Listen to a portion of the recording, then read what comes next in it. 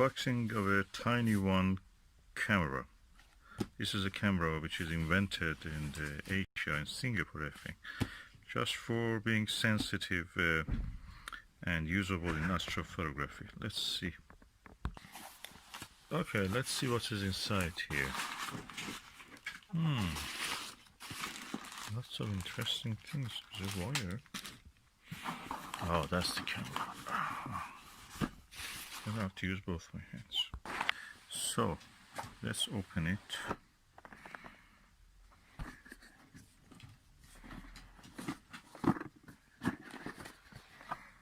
Oh, lots of attachments. This is an attachment, I think, for attaching the camera body to a DSLR lens. This is the attachment for using with a eyepiece in a focuser of a telescope. This is another attachment that you can use and attach the camera to a lens.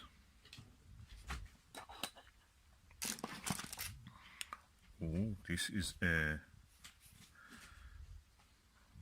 looks like a telephoto lens, and TinyMOS again, and that's the main lens of the camera, and that is the camera itself. Oh, quite solid.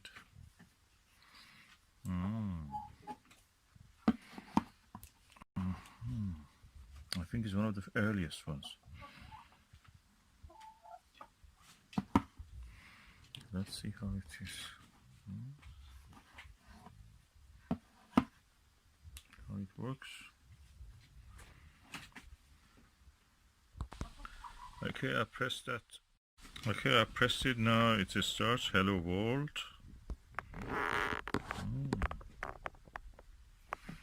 That's impressive.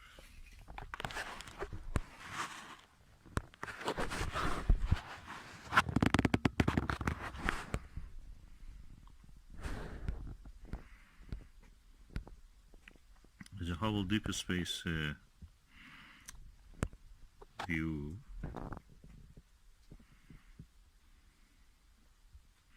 There's a kind of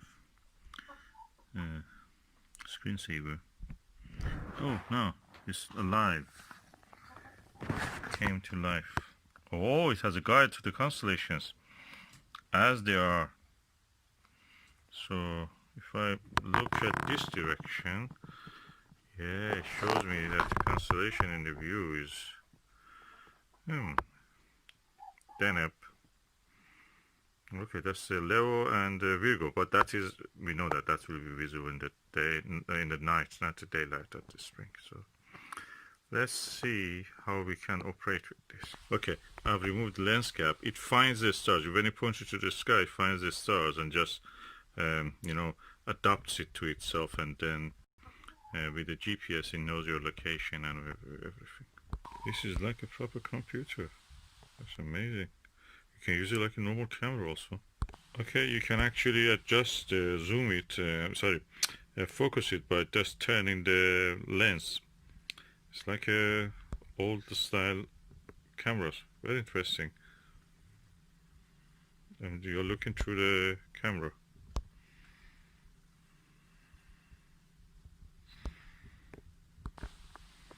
And in the video mode you see that. It actually found its way around the sky. So that is the moon, which is true now. The moon is there. And that's Cetus. That's the constellation, the Eridanus. And you can see, if I turn it, you can see Arneb. That's the rabbit constellation. This is the Orion. So quite accurate, amazing camera. I'll have to test it in the night.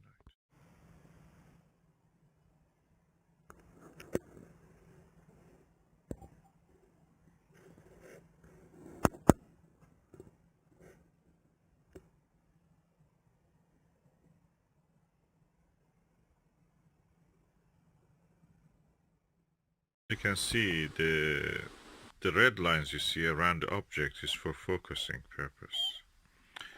And I'm now using the fisheye lens, which is really good, and I've used it for telephoto lens and a normal lens, and all of them are good. The only thing is that the resolution, I don't think that's big enough, but anyway, it's a low light at the moment I'm working with the simplest mode, and I may try it with a different setting just to see how it is, but so far so good. I'm learning. I reset it, factory reset, and everything looks alright.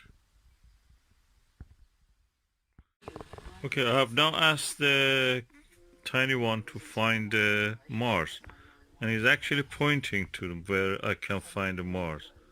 And here you are, it found the Mars for me. Although it is daylight, as you can see, it can point to it in the sky. Now, with a Pentax or Canon K attachment, I was able to actually attach this Tiny1 camera to a spottinoscope, a bush and loam spottinoscope. I have now a telephoto lens, longer than what originally came with this. So, let's see how it is. Train of the order of camera to spottinoscope, which I'm using now as a telephoto lens, is from spottinoscope, the attachment for the spottinoscope, the attachment which actually you can connect it to a DSLR lens, automatic lens or manual lens. This Canon Kodo for Canon attachment, which directly goes to the screws on this lovely, very cheap, it's a treasure, bush and lump lens. So there's eyepiece here, but at the same time you can use this attachment here. So practically you have a whole spottinoscope as your telephoto lens. Amazing.